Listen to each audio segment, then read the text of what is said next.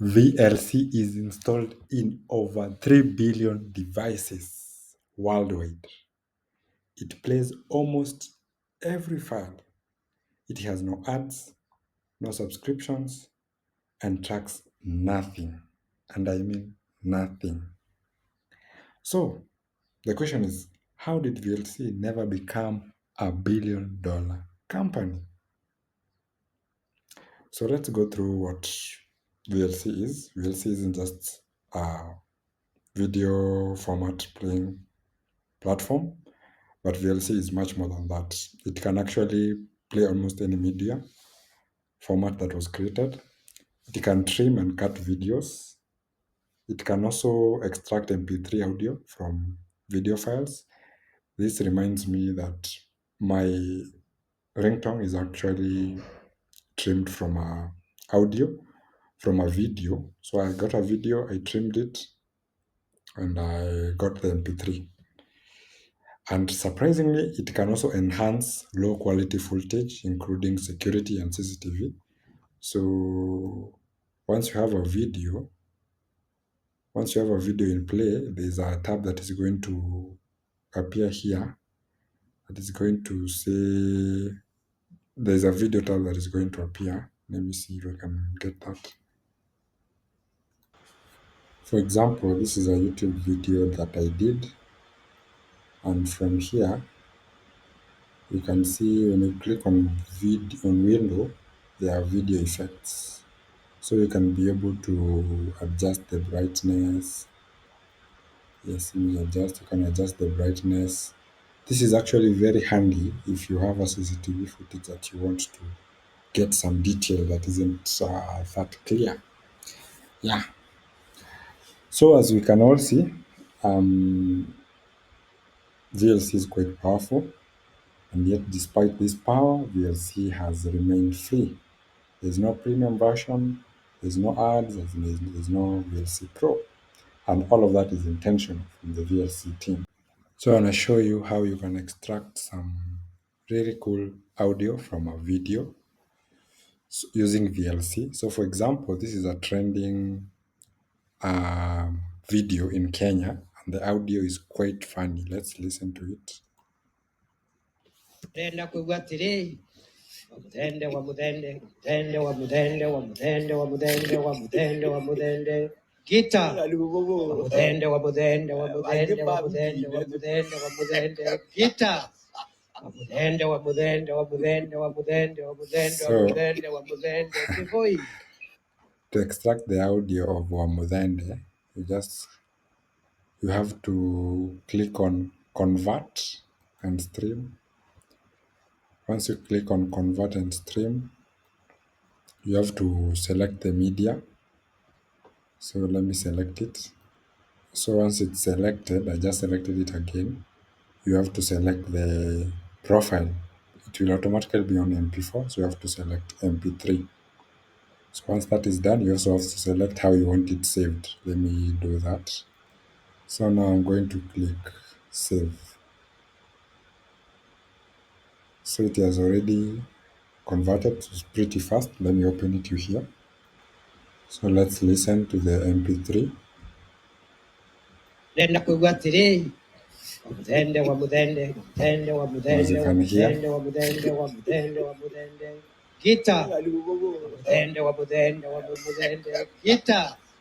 So you can extract such audio and use it as an MP3 for your ringtones. And yeah, it's pretty cool. Big up to VLC, big up to Jean. So let's talk about who created VLC. So it was created by Jean-Baptiste Kempf. I actually had to Google that pronunciation. So this is a French guy. You can see a bit about his career. He joined Colo Central Paris in 2003, became involved with VLC in 2014, surpassed 1 million downloads. And in 2008, he founded the Video Learn organization to separate it from VLC from the university. So you can see there is pretty not much from the founder. He's quite like an introvert from the first impressions I'm getting from this page. And yeah, so it's built from the start as an open source software, user first, privacy respecting, sounds like Apple. No tracking, no data harvesting, no dark patterns. You all know which companies do that. Unlike most modern apps, VLC doesn't treat users as products. Yeah. So actually, VLC was the first player that I used on a computer ever, ever.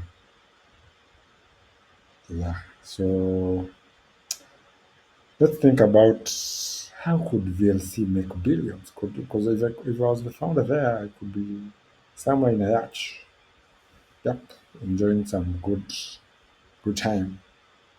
So for me, especially now in this AI era, I've seen platforms such as we have CapCut, there's some Clipchamp by Microsoft.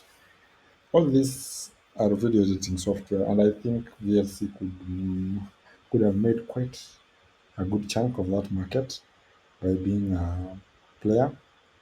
And think of it like Netflix. Think of Netflix. I think we could have made money by having content sharing on Netflix. Like you can have a platform where movies can be shared, maybe peer to peer. And think about the torrent thing, uh which I know they already support. So I think decentralized delivery of licensed or creator-owned content could have made money, and it could have reduced bandwidth costs for creators. And another way VLC could have made money, let me see, VLC could also have made money by having music on the platform. Think of Spotify to music. I'm thinking of it like a YouTube kind of thing. Obviously, there could be ads, there could be a premium version, VLC Pro. Yeah, yeah. I think VLC could be used highly by governments. Yeah, it can also be used by companies and creators for video, long-term contracts for institutions. Yeah. So I think the major reason they didn't do it is it was mainly their choice. So I was reading, they saw money as a prison, and so that's why they didn't give into venture capitalist firms. They wanted freedom, they valued their users. I think the guy, Jean, was very, very rooted. I think he took this as a personal, like a child, because you can just imagine this is VLC, yeah, with over 3 billion users. So yeah, I think VLC could have made a lot of money, but I think they chose to be clean in a world where apps spy, sell data, and push subscriptions, ads. I think they preferred something clean, something honest, because I think once you're into money, you can be in a prison. So yeah, I think I like it. Big up to the founder, Jean. And I think his respect for users, his firm, um, he has turned down millions and millions of euros to sell it. Yeah. So I think the real question is why didn't VLC make billions, but what did the world gain because it didn't?